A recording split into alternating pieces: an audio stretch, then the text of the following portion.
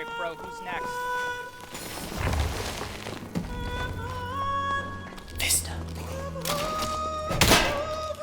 Nice.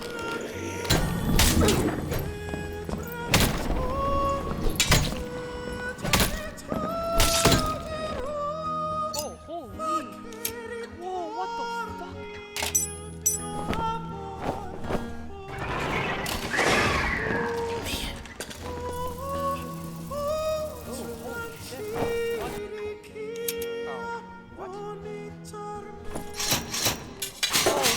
Wait, this guy's juiced! What is up, ladies and gents, lizard folk alike? I'm looking at you, Skinny Pete.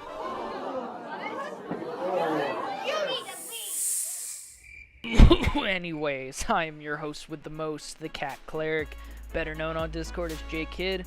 I'm a former top 100 playtest player, and I am the first ever tournament winner hosted by Crosscurrent. Now, obviously, the game has changed a lot in a year, some for better, some for worse. I'm referring to multi-classing, of course, but since the game got relisted on Steam, I figured I'd give it another try, and although I was a bit rusty, I quickly became addicted to this game again.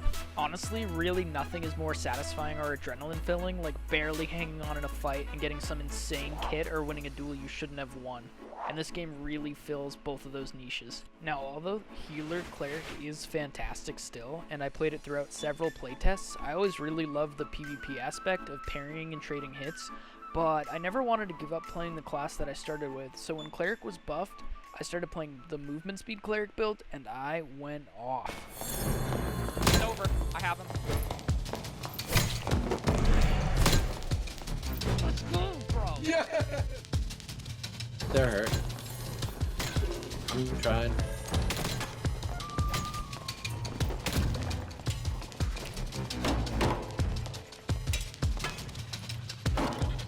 Just focus. Yep.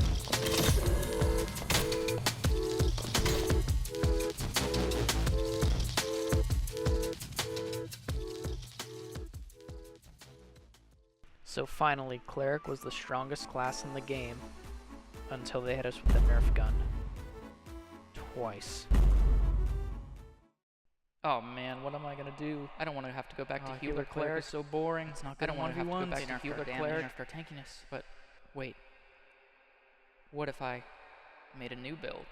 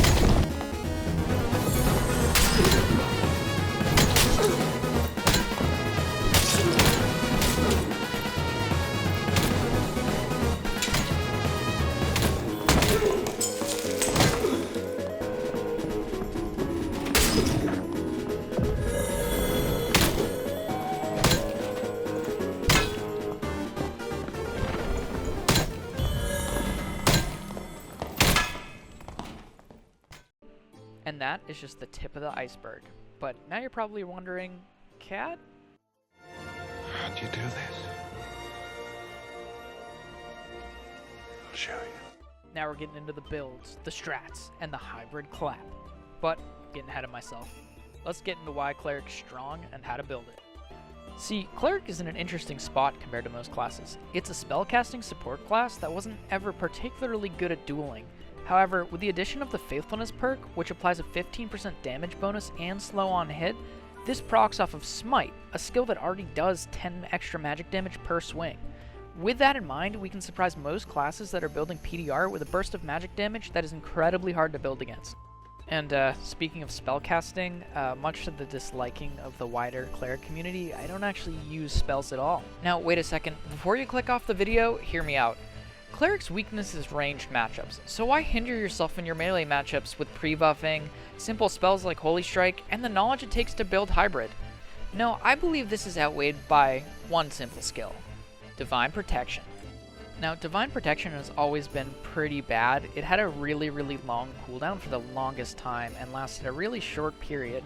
However, with the addition of Faithfulness, you can lock your opponents into a fight with a class that does magic damage, has 60 to 75% PDR, and on top of that has anywhere from 310 to 330 move speed depending on your build and shrine play. Now, with all that in mind, when I'm starting off my build, I start with a goal, and that's to be purchasing with efficiency and to be maximizing specific stats. Now, it sounds simple, but as a new player, you're going to often focus on too many things or not the correct ones. Do I build magic power? How does magic power scale? How much health do I need? Is 280 move speed too slow? Yes. Yes, it is. Well, with that in mind, I set a goal. In my build in particular, I see 4 stats as the most important in PvP.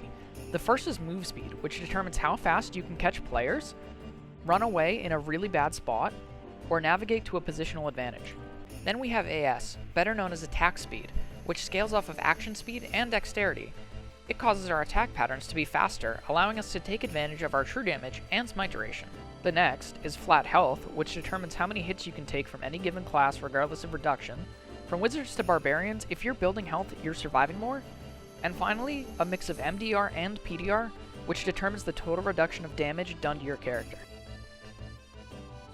Now that we understand the stats we're looking to prioritize, let's go over builds and budgeting.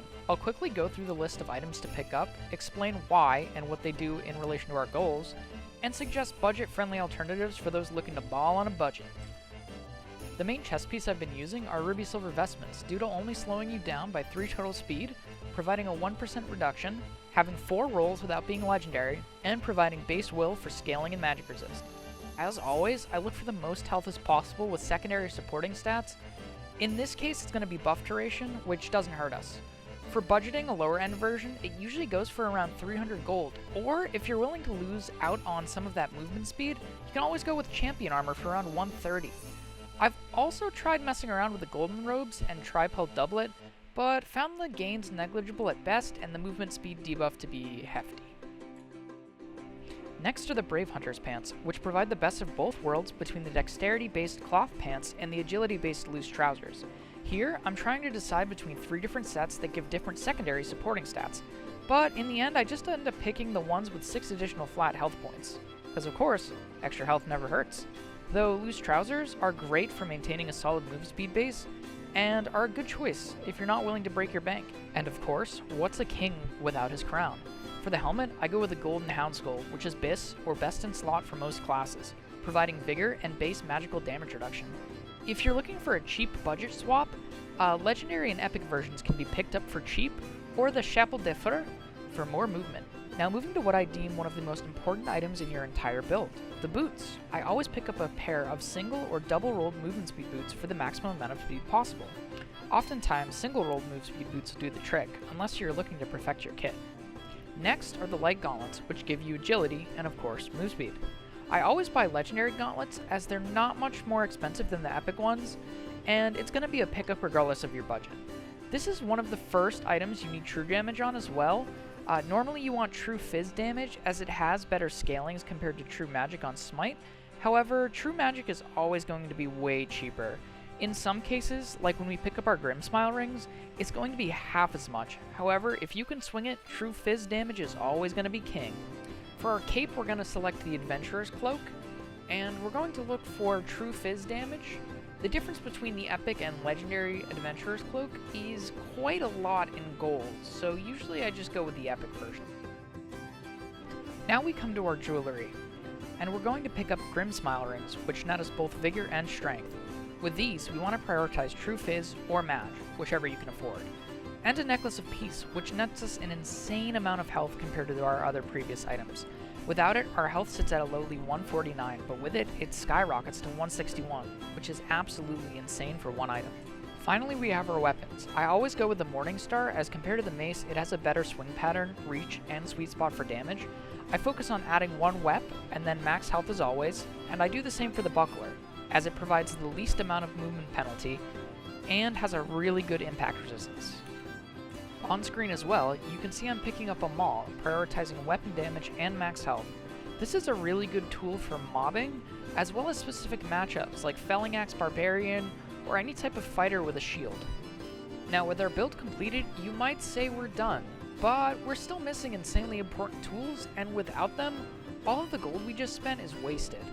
So first, we're going to be buying a Troll's Blood consumable that gives us 1 health per second for 100 seconds, which is a powerful fight-winning tool that provides passive regen.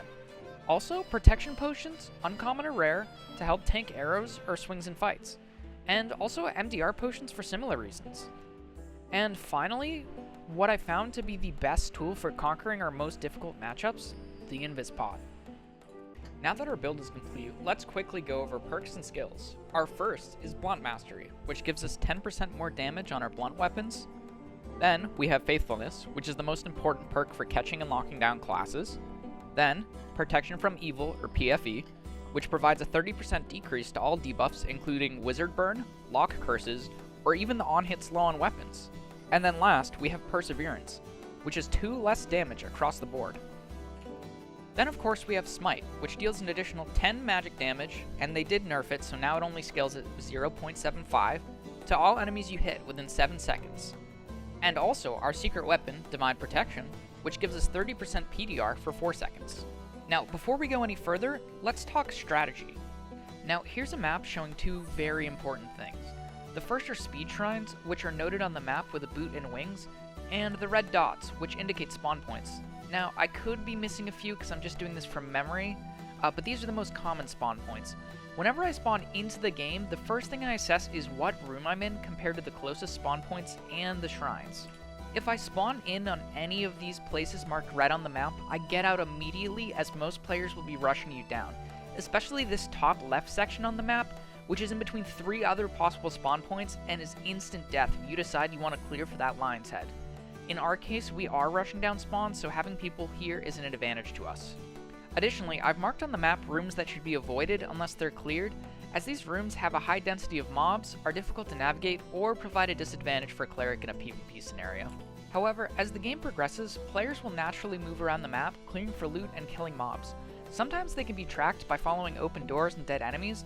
However, I've marked these places on the map as hotspots for PvP where players will often gravitate towards. Now, I promise this is the last thing we need to talk about before we get into PvP. I just want you to be as prepared as possible before you adventure into the dungeon. Now, let's get into matchups. Here, I've created a list of cleric-specific matchups, ranging from easy to extremely hard. At the bottom are rogues. Rogues are essentially free kills. If they jump on you, you pop your Divine Prot, and then you smite and you run them down. If they're max move speed double crossbow, they're more annoying if anything and can be baited with the Invis Pot strat. Next is Cleric, which is pretty easy to beat. Most Clerics either run the Glass Cannon bonk build with Staff, and this can be countered with Divine Prot and a Magic Pot, or they run PDR Spellcaster, and that can easily be ran down and smited to death. Moving into Medium, we have a few classes. Druid, which can be slippery with Dreamwalk, as hitting them once will simply provide them an advantage to wait out your smite, so waiting or staying on top of them is key. Though oftentimes they'll just run away from you, especially if they're ratting, and if they're willing to fight, they're going to rely on Bear Form, which the overhead swing can be blocked or sidestepped, and similar to the right side paw attack, that can be sidestepped as well. Now, Fighter is an interesting case in this scenario, as there's a number of fighter builds. Slayer, which is pretty easy, as you absolutely shred into their lack of armor. Longsword, which can sometimes be scary, but with enough practice can be avoided through sideswiping. And Rondel True Damage, which is the scariest build of the 3, solely based on the total tankiness and MDR. They have an extremely fast DPS burst, which turns them into a better rogue. Next we have Barbarian, which have the potential for insane DPS output with Reckless Attack, Rage, or the Slow on Achilles. It's best to use a Prot Pot beforehand, and dodge or block the predictable attack patterns like the Bardiche or the Felling Axe. Though a good Barbarian will try to drag around your shield, practice makes perfect. Now we get into harder matchups, Warlock and Bard. These are pseudo range classes and chip us down from afar. For Bard, it's best to dodge the bow while getting into melee range and then dodging the Shriek of Weakness, which will shred your total PDR. Though this is where your max health will come in clutch. With Warlock, if it's not a Demon Form Warlock and it's Caster Lock with Curse of Pain spam, it's best to employ the bait strat, as a good lock will simply debuff you until you're dead and phantomize whenever you use your buff. Definitely use your Invis pot here and try not to take a ton of damage. Also make sure to use your magic resist pots. Finally, we come to our extremely hard matchups, Wizard and Ranger. A good Ranger will keep you at arm's reach the entire time, poking you down with true damage until you die, and knocking you back using their ability. It's best not to W key a Ranger unless you know you outspeed them, can avoid their knockback, or can bait them out with an Invis pot. Finally, Wizard, the toughest class. Since we only have about 30% MDR, a Wizard is going to shred through us, and our only hope to killing them is again the Invis pot. In this case, I pop an MDR pot in an attempt to rush him and get close, but quickly get poked down. So I back up, pop my Invis pot, and wait.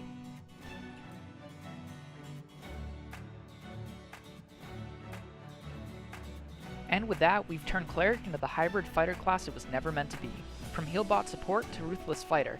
With just a few simple changes using Invis pots, shrines, and a little bit of map knowledge, you too can go to beating down the competition in no time. Now, without further ado, let's get into some PvP. What are the odds you're gonna be friendly, man? What are the odds I'm I gonna don't be know, friendly? he looks pretty PvP'd out. He's got troll's blood and everything. Yeah. I'm new to the game, What? I'm only level 70. Let's just team on him. Are you here farming AP, dude? Like cheating, to be honest. Level 71 out of 71. Rest fully kitted. He's got Grimmy, troll blood, all that.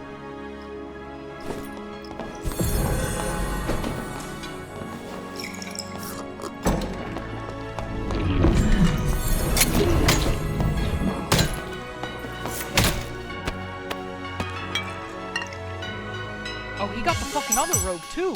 Oh, baby!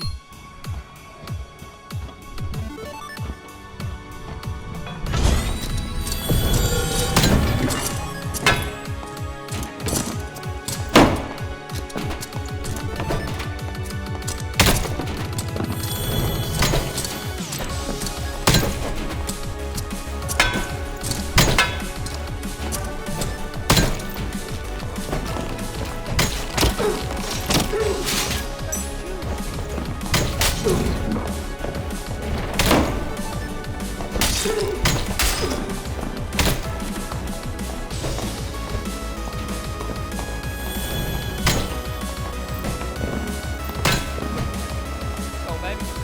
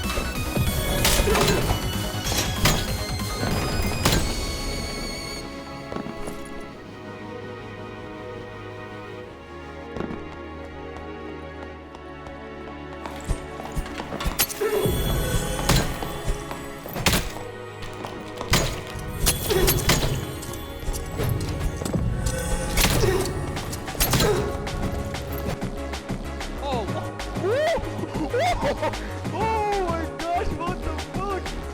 What the fuck, man?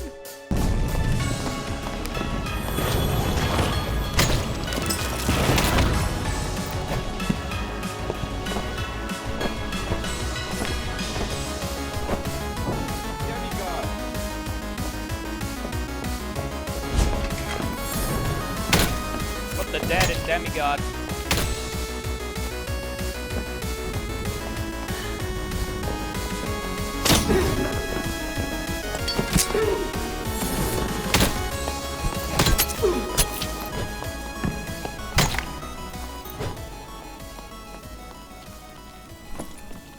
Ooh, baby, that's what I'm talking about.